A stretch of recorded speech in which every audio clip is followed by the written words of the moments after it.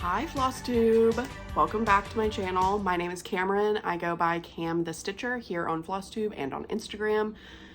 This channel is about cross stitch and crafting and things and whatever I want to talk about, but mostly cross stitch.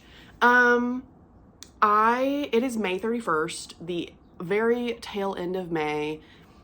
I am tired and stressed and excited and jazzed about going to StitchCon Weekend A next week. I leave on Wednesday morning I'm gonna fly there and meet Bridget, the museum stitcher at the airport, and Miss Marjorie's gonna pick us up and we're gonna get some lunch and we're gonna meet all the other gals and all that good stuff. So I'm very excited. I'm very, very excited. Very stressed. I have not flown since like 2015 and I've never flown by myself. And that's stressing me out a little bit, but it's okay. I'm mostly scared about navigating the airport, not like the flying situation. But anyways, alas, I'm still very excited. I just got back from Asheville, North Carolina this past weekend. We did a little family trip. I'm gonna insert some pictures because I took some gorgeous pictures, okay? We went to the Biltmore.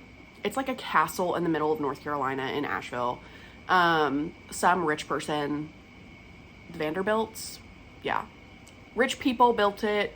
It's gorgeous, it's gothic, it's slay. We didn't go inside the house, we went on the grounds and we went to like an art exhibit thing for glass sculpture. The actual grounds themselves were really gorgeous. We saw lots of flowers and things. I liked personally my favorite was going into the conservatory and like all the flowers. Like it was very pretty.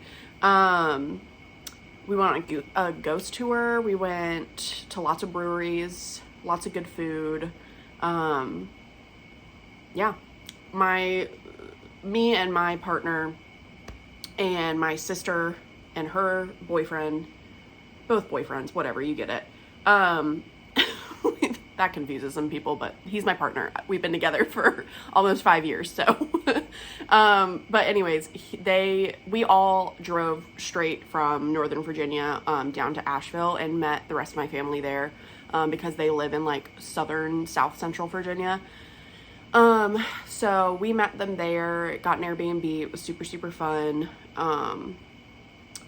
Unfortunately, my back had a bit of a flare-up with the sciatica situation that I had last summer, which sucks. If you see me walking a little strange, that is because my back is killing me and I have nerve pain all the way down my leg. So very disappointed that has not self-corrected or healed, and very disappointed in our health system. I did not do a lot of stitching, obviously, while I was there. I was there to spend time with family and go explore and whatnot, but I did stitch a little bit. Sorry, that was my cat. Also, I want to talk about what's behind me because I actually get like comments every once in a while about this particular one right here. So I get questions about her all the time. Now that you can see it up close, she is not a cross stitch, unfortunately. She is a print. This is from one of my favorite artists. You can find her on Instagram. She also has a website. I will link her website and her Instagram down below. I have several of her prints up here, but this is the one that you guys see all the time. My God. Okay. The artist's name is Olivia Faust on Instagram. And this is like a, Morticia Adams-esque bat lady. And I just really love it. And this is just like a frame that I picked up from the clearance section somewhere. And a little 5x7.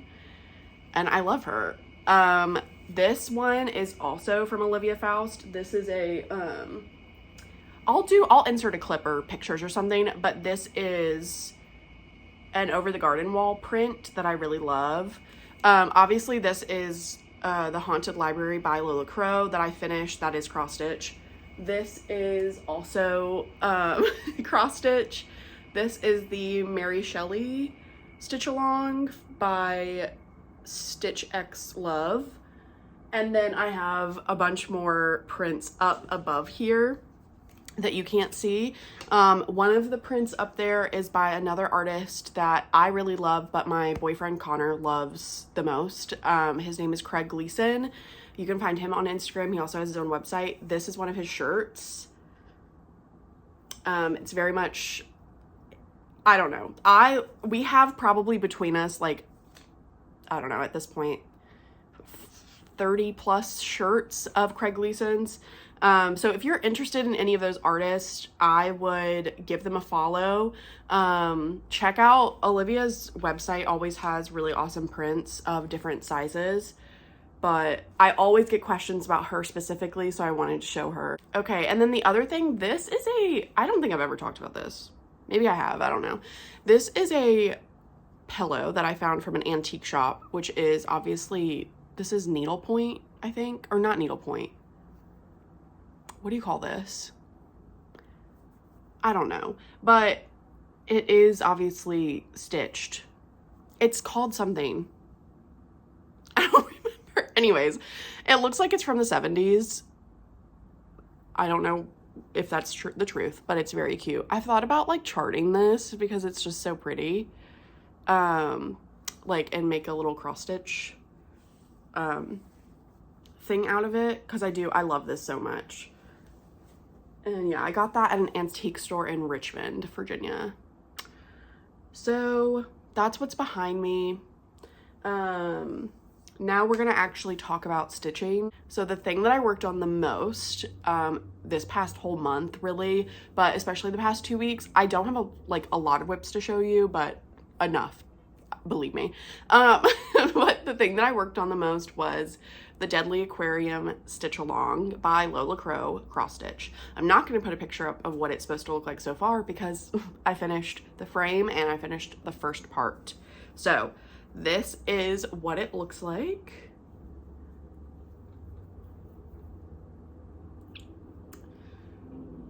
My fabric's rolling because I'm stitching this in hand, so. But yeah, I finished the frame before the first part came out, and I posted that on Instagram. And then the first part came out last Friday while I was on the road on my way to Asheville, and I ended up finishing this last night. Just in time. Today, the second part comes out this afternoon at some point, so I'm excited. I'll be stitching on that tonight. First of all, I love moray eels. Like, there's a TikTok account that I follow that is literally like a fan page for this certain moray eel. And so I was very excited about this first release. The second release is going to be this like huge plant of some sort. I'm thinking it's probably going to be some sort of like really tall kelp situation. And then I think it's going to be the pufferfish in the middle here. Lola Crow posted like a blurred out sneak peek on Facebook yesterday. So that's what I'm thinking. This is stitched on a 32 count piece of linen called Dreamy by Mystic Fabrics. And I love it. I'm very excited to keep stitching on this. I wasn't lying. I told y'all I was gonna keep up. I don't know what is so motivating to me about specifically Witchy Stitcher and Lola Crow mystery stitch alongs. Like, count me in and count me up to date on every single part. Like, I don't know why it keeps me so motivated. I was just watching the Thread Gremlins yesterday, and Caroline and Elizabeth were talking about how, like, sometimes when someone tells you to do something, all of a sudden you're like, no. And I get that. I have that a lot. Like, someone will tell me to like watch a TV show and I'm like, no. Like, I don't know why my brain does that sometimes, but they were talking about that in particular with like mystery stitch alongs, where like, okay, this part comes out and then it's like, well, you have to stitch this before the next part comes out. And then it's like, all of a sudden you're like, no, I don't want to. And I 100% get that, but for some reason, these tickle my brain in the right way that it motivates me to do the next part. It's not like that with every stitch along that I've participated in, but I have this one done and Greenhouse of Oddities done to prove that Lola Crow, she tickles my cross stitch wires. I don't know, that sounded weird, but you get it. The next whip I'm going to show you, I'm not going to take this out of the hoop because I really want to finish out this motif before I put it away. This is Sarah Moon. This is my monthly full moon stitch along that I do with a couple of my buddies.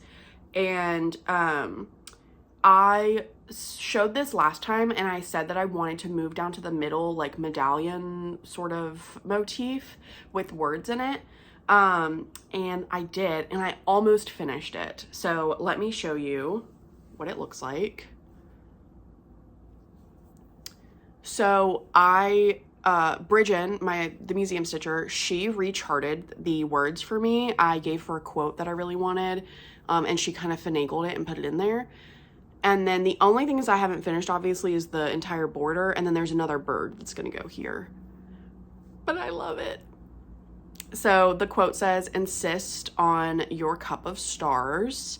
If you're a horror fan of any sort of movies, TV shows, or books, you may recognize this quote. This is from the book and the show Haunting of Hill House. I love scary movies, horror movies, things like that. But I specifically really like scary or like that type of content that is really deep and meaningful. Some people are the opposite, where they're like, I don't need deep and meaningful meanings out of a horror movie. I do love those types of movies. I love The Babadook, if you're familiar. But anyways, Haunting of Hill House, that show struck a dang chord with me, and it made me cry. Like, I cried so many times watching that show, but it also equally scared the ever-living crap out of me. I regularly get sleep paralysis, unfortunately, and no spoilers, but that's an element of the show, of one of the characters, is she keeps getting sleep paralysis.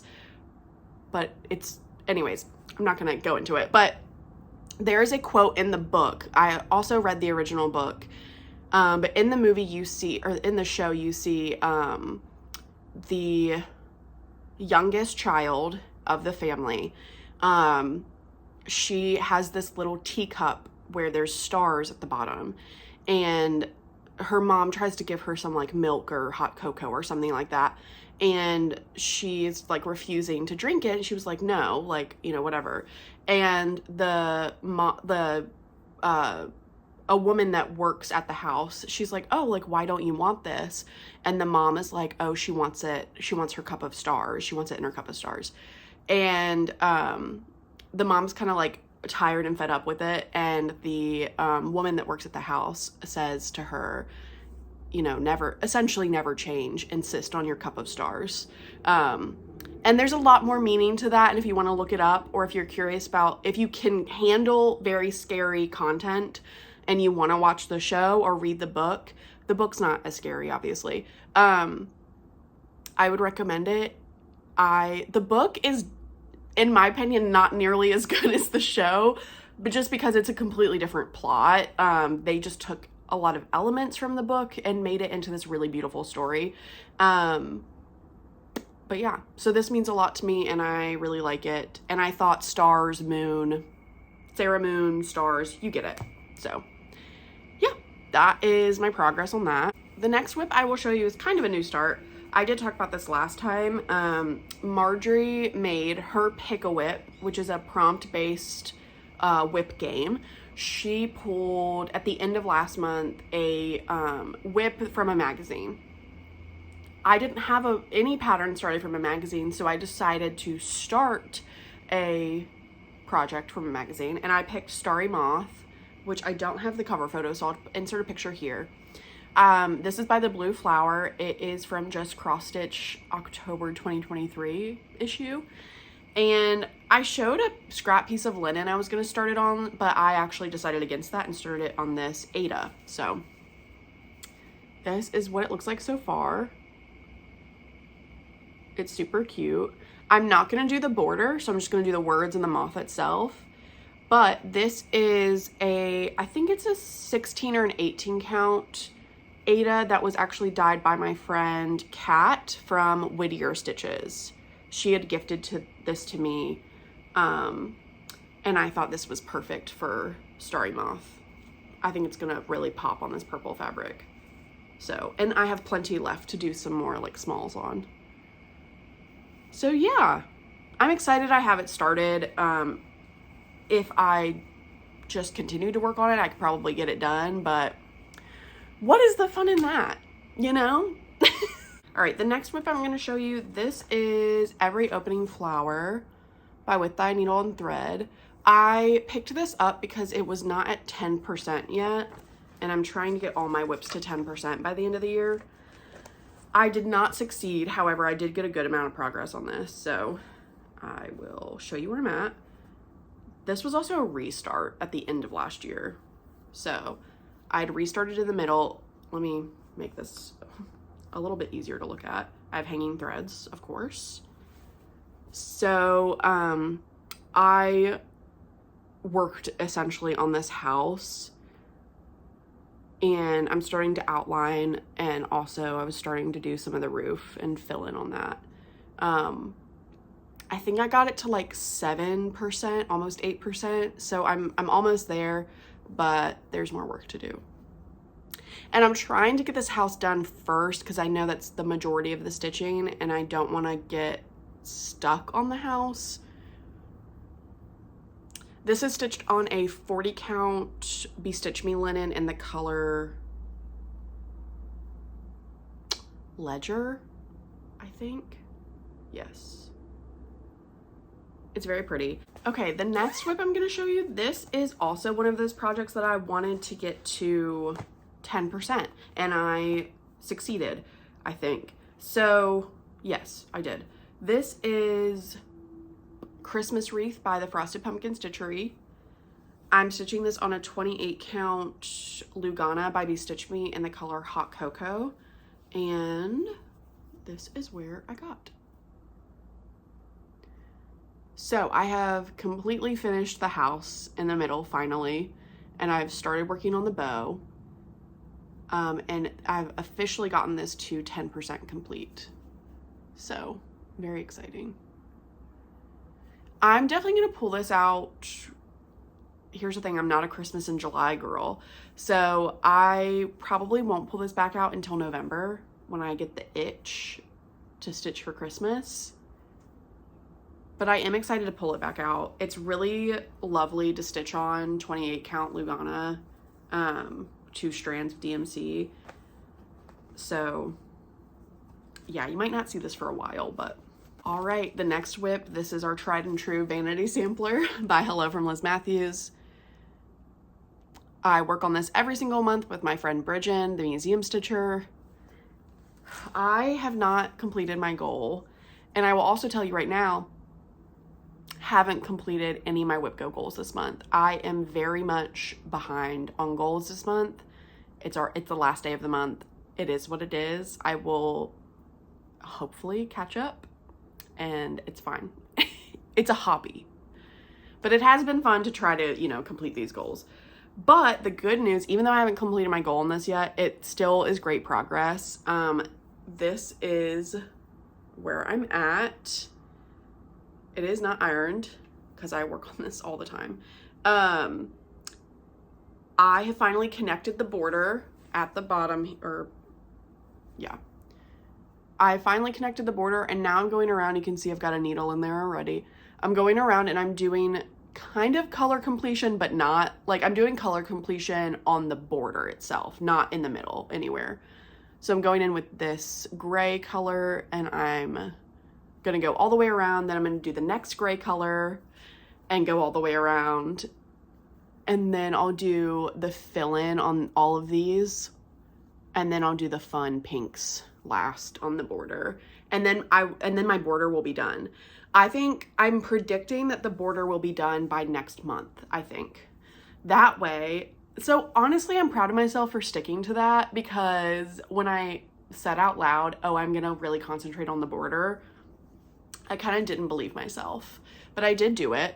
So when I finish the border next month, I am going to come back up here and finish this little border, and then I'm going to go from the top down and do all the fun doodads in the middle. So anyways, this is stitched on 36 count brown sugar by Fiber on a Whim, and I made my own color conversion with DMC. And you can find that color conversion on Instagram. The only other whip that I have to show you, I'm pretty sure, is my girl, Miss Mary Morgan's. Now, I have kind of fallen off with my goal, my monthly goal. I had too many monthly goals, and I figured that out, and I really want to prioritize, obviously, my, the 12 Days of Christmas series that I'm stitching with my friend Bridget, and then the Vanity sampler that I'm also stitching with my friend Bridget. But I did pull this out and got some more progress on this middle motif here. Let me show you that first, and then I'll show you the whole piece. So I've been stuck on this middle rose forever. If you start in the middle, honestly, that's probably smarter, to be honest. If you can get past this, everything else is a breeze, I'm telling you. I think all that's left is this huge leaf, and then I think like some rosettes or something here, and then I will be done, and I can move on, and it'll be a mirror image of this on the other side, and then I will have 3 more pages to do down here at the bottom. So this is what it looks like now. It's a beautiful hoop mark right in the middle. I love this, so I can't wait for this to be on my freaking wall. I love it. This is stitched on 40 count platinum by Zweigart, which I love. I definitely will do, I want to do more samplers on this fabric in the future. It's just like, especially colorful ones like this where I don't need any modeling. Like I just want it to pop. I want the threads to pop. So yes, so I will pull this back out eventually, but I got a little bit more progress. I think I put about more than 500 stitches on just that middle motif, and it doesn't look like that much progress, but alas. So let's talk about plans real quick. Plan number 1, I showed this to you last week. Last time. I'm gonna definitely work on my Move Forward in Love in June. This was my Pride start at this point 2 years ago, I think. So I really want to get a good amount of progress on this. I would love to finish it. It still has a lot of stitching, but yeah. So I'd love to finish this, but we'll see. I'll be pulling that out in June. And then my whip go calls were the black butterfly sampler was one of them, which I have a sad start on. This is all I have for that. This is by the Shaded Stitchery, and I'm stitching this on a crazy linen called like Razzmatazz by Fiberlicious Yummy Fibers. It's a 40 count. So I'm gonna, at least I wanna get 1,000 stitches on this, which would get it pretty close to a finish. Not close enough. Okay, so my other whip go is Fruits of Plenty by Modern Folk Embroidery. I never work on this, and I should. It's so pretty. Okay. So I'll be getting at least 1,000 stitches on this next month as well. This is stitched on 40 count Blush by Zweigart. It's very pale pink. And then I'm using 2 different colors of DMC. Those are all my whips. Those are my plans. So let me do a little bit of haul, and then we'll talk a little bit about books, and then I'm gonna hop on out of here. So I'll do stitching haul first. So I ordered this chart from Etsy because my friend Megan, the Seattle Stitcher, sent it to me, and I was obsessed. It is a German cross stitch pattern, and there's no English on here. So anyways, I don't know what it's called. And it was the only one left on Etsy. So I'm not going to say this is out of print because I don't know. Like, it looks like this was printed. Like, this cover image was like poorly printed off. So these are probably still in production. It's just, I don't know. It's a German designer, I guess. But I'm obsessed with these little gnome children. These little gnome garden fairy children. I don't know what they are. I'm obsessed. I'm thinking about either stitching them on a 40 count, like plain, you know, linen, or a 28 count linen. I have this piece of 28 count that I think would look good on. I'm obsessed with them. Yeah. So that was part of my haul. And then I got my number 6 house, Fabulous House by Cottage Garden Samplings. I'm in the auto ship club with Abby from Top Knot, topknotstitcher.com. So this is the tree house. This one's cute. This one might be my least favorite so far. Not that it isn't beautiful and that I don't want to stitch it. I want to stitch them all, but I think I'm the least excited about this one probably. It is wonky, and I do love that. And I love the birds. I love the cardinal. It's very cute. Anyways, I also got my 3rd installment of my Lindy Stitches Endangered Species Club. It's so pretty. I love it. So this is the North Atlantic right whale. I love this. Like, this is amazing. So I'm really excited.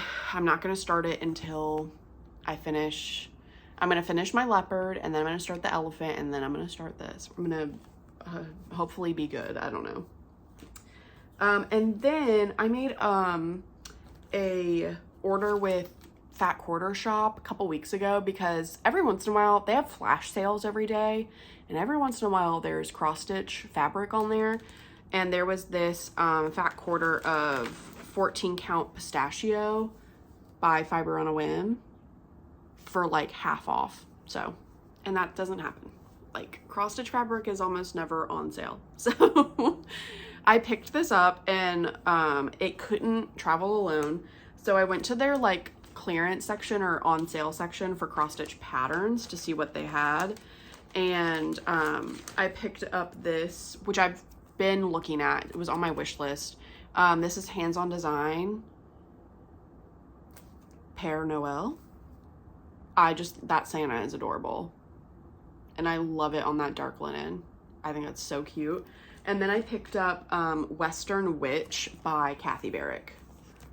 This one's such a cute small, and I have like 2 cuts of linen that look exactly like this, so it was a no-brainer. And then while I was at Asheville, we went to a bookstore, and I got this book because I really want to learn how to knit socks, even though I'm not good at knitting, and I'm definitely more proficient in crocheting, but it is what it is. I got this book. It's called The Sock Project, and I think it's new. It's by Summer Lee. This person has an Instagram and a YouTube channel. And this is really cute. It gives you, it starts you off with like, obviously what you need, sizing, fitting, and then it starts you with the basic, like a basic sock with the heel flap and gusset, and shows you how to do those things with pictures and written instructions. It shows you how to do a couple of different heels. So like the afterthought heel, the forethought heel, the German short row heel is in here. And then once you get the basics down, she has a bunch of different sock. So all of these patterns are in this book, which is really awesome. So once I get good, perhaps, I can try striped socks. I can try, color work. I can try lacing. there's a bunch of different ones in here, and they're all so pretty. I want to make these for my sister. They look like, they're like little eggs. I just think they're cute. Anyways, so I picked this up, and then we were walking around trying to find a bathroom, and we walked into this like outdoorsy but inside mall area sort of thing.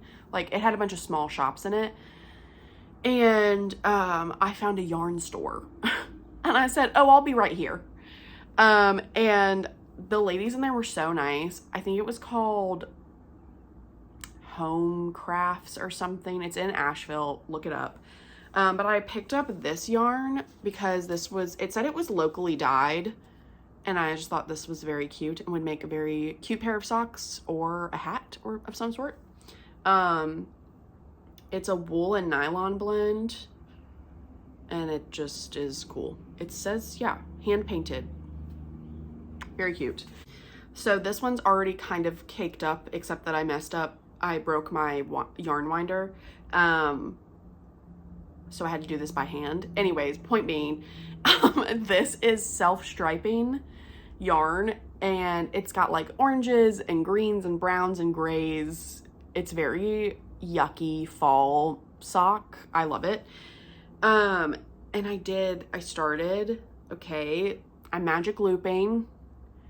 I did have to watch the Crazy Sock Lady tutorials to like get this started. This book is helpful, kind of, but not when it comes down to like, here's the thing, I'm not a knitter. So I had to look up how to purl, which that was a whole thing. And I ended up having to call for assistance from Megan, who is a proficient knitter, if you watch her channel. And she sent me a video of how to purl, like, especially when you're using needles like this. And that was more helpful than any tutorial I was able to find on YouTube for some reason.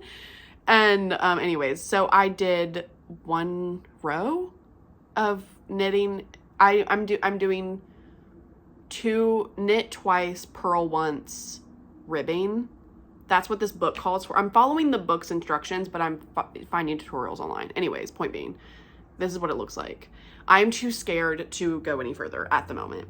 So this is gonna sit like this until I might bring that to StitchCon, because I know everyone everyone knits socks there. That's an exaggeration, but Maddie from Kitty Stitch, she is a proficient sock knitter. Frizzy Lizzie Stitches, Elizabeth Ann, I know Bridgen can knit socks, and so then I'm just gonna be there and I'm gonna be like, help. We'll see. So I'm definitely gonna bring that. And then I also pre-ordered a crochet along from Tippy Tree Yarns. They did a Bronte Sisters colorway / pattern thing, and it's a knit along and a crochet along, so you could pick either or. I picked crochet because that's what I'm most proficient in. And I actually picked, out of the three sisters, it's Anne Bronte, Charlotte, and Emily. Of the books, I'm more of a Charlotte Bronte fan. However, the colorway that I loved the most was actually Emily Bronte, and I think it's the colorway that I would wear the most. So I decided to pick that, and those arrived. So this is the main color. So we got 2 skeins of this. This is the Moors, and this is a DK weight. Yeah, super DK weight. Superwash merino 4-ply. It's so pretty. I feel like I would, if I'm gonna make a shawl or like whatever, I'm gonna wear this color more than I would, I think, pink or the like orangey like color that was the Anne one. So yeah, that's that. And then this is the third color, or the third skein it comes with, the second color. This is called Wuthering Heights. It's so cute, and it came with a little stitch marker. It's like a little book. Very cute. So I'm going to, I've never crocheted a shawl before, so we're gonna see how that goes. I am looking forward. I think the first part comes out June 7th while I'm at StitchCon. So I don't know if I'm going to bring these. We'll see. But I'm excited. I'm going to try to keep up. I'm going to try to do it and actually have a finished garment by July, but I don't know. Very cute. And I think that's it in terms of yarn and stitching and everything. So I'm going to talk about books. And yeah, I really only have 2 books to talk about. The first one I read was The Leftover Woman. This one was good. If you like a good, like, it was a good mystery kind of, it was like a dramatic mystery. This woman, it follows 2 women, or 3. Anyways, it follows these women, and it talks about how, you know, in China they had the one-child policy for many years, and it talks about the effects of that, and this story of how a lot of families would, if they had a daughter, and that was their one child, they would get rid of said daughter, which is very, very sad, because they wanted a male heir to inherit everything and to take care of them when they got older, sort of thing. So that was the pressure put on a lot of these families, understandably, because of this one-child policy. And so this follows a woman who had a child, and that child was a daughter. And you then follow another couple that's in America, and they've adopted a daughter from China, and they have a Chinese nanny, and they, like, it's interesting. It kind of explores adoptive parents and then those parents that have no choice, and like, it's just a very interesting book. But it also had like a thriller kind of part to it and mystery part, and it was very, very good. It was very compelling. Again, like, you only are hearing from the women's perspective. There is no male perspective in it, which I enjoy personally. And I don't know, I'm a woman, so like that makes sense. I just don't, it depends on the book and it depends on the subject matter, but with something like this, I don't want to hear from the man involved, really, personally. So it was good. It was a very interesting book. And then the other book that I just read and finished this week, it's called Mirror Girls, and it was I really, really enjoyed it. It was like a kind of, it was a Southern Gothic, historical fiction type of book. It followed a pair of twins, not a pair of twins, a set of twins. Yes, there we go. It followed twins, that were separated, when they were really young, when they were babies, and they were born of an interracial couple back in the early, I want to say 50s or something. It's set around that time, and or maybe early 40s, I don't remember.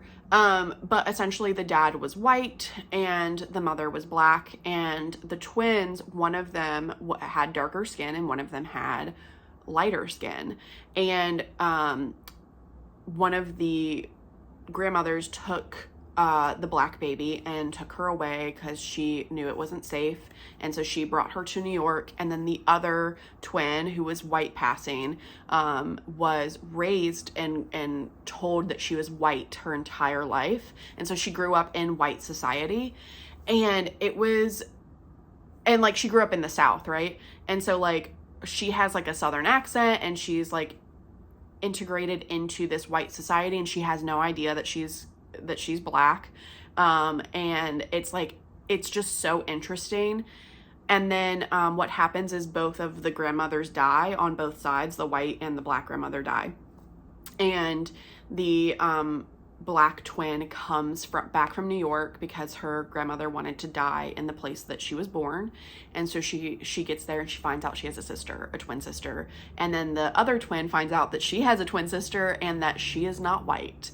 And it is such a heartwarming and complicated story. It's fun because it has aspects of like haunting and a little bit of like southern magic kind of thing going on, and it was just really entertaining. I liked the ending. It wasn't like super tragic or anything like that, which I appreciated. It was a very fun book to read, and yeah, it was a nice break from some of the more serious things I've been reading. Like, I finished Gone Girl as well, which was just a 10 out of 10. I mean, Gone Girl is, oh, I love the cool girl speech that she gives. Like, it's so good. Anyways, so that's the other book I finished. I am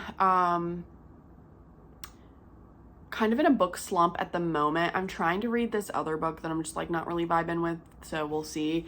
And then I did start reading Ghost Station, which is like a haunted sci-fi novel, but I didn't finish it in time for like my library loan, so I'll have to wait till that's available again and finish it. But so far it was really, really good. But yeah, I think that's it. I am very excited for StitchCon. I'm nervous, but I'm excited. I mean, I can't wait to like meet a lot of people that I talk to all the time online and meet them in person. I can't wait to sit and just stitch and talk about nothing but stitching. When I tell you, I've never been to a retreat before, and I still haven't really been to a retreat before, but when I went to market and I was around stitching all day, and like Bridget and I went back to the hotel room and, you know, like debriefed, and we were talking, and all we talked about was stitching. And we literally, it was like, could not sleep, like middle school sleepover. Like, we were giggling and cackling and talking about all of the stitching plans and possibilities just because of the environment we were in. And it's just, I can't wait to have that feeling again. It's just being around people that share the same passion and love that you do is quite literally intoxicating. Like, it's just, I can't wait to experience that again and to have fun and just stitch. Just stitch and meet all of you. If you are going to StitchCon weekend A, and maybe I don't know your face or anything, like maybe you're just a subscriber, or we've DM'd a couple of times on Instagram or something like that, please come say hi. And I can't wait to meet everyone. Yeah, I am tall, by the way. I think I've said that before, just as a forewarning. I don't know, someone said that, I don't remember who it was, but someone said that I give off like short girl vibes. That is not the case. I am 5'10", almost 5'11". I'm sitting about that. And I'm probably gonna be wearing shoes that make me 5'11", so almost 6 feet. So I'm a large woman, and we love that about me. But yeah, I am tall, so just a warning. I can't wait to see who's tall and who's short. I think that's, having friends on the internet, watching people on Flosstube, you don't know. You don't know unless they tell you. So anyways, that is all. I'm gonna leave you at that. If you made it this far, put a yarn emoji in the comments, because I have been just, I want to knit all the things, but I also need to calm down. Anyway, so I'm gonna leave you there. Thank you so much for watching. If you are not subscribed and you watch my videos regularly, please subscribe. It helps me out. It helps other people see me on YouTube and the algorithm and all that good stuff. Like the video if you so feel you want to. Again, it just helps. And yeah, comment down below. I always read all the comments. I love hearing from y'all. I love talking to y'all. So yeah, I will see you after StitchCon. I'm so excited. I'll probably do a StitchCon recap video, and then I will do a mid-year whip parade. But I am going to do, it's gonna be more of like a progress parade, and I'm only gonna show my whips that I've actually worked on and touched this year, which is still a lot of whips. Don't worry, y'all. It'll be still a lengthy video, but yeah, I am looking forward to filming those and to talking to y'all again. So yeah, bye baby.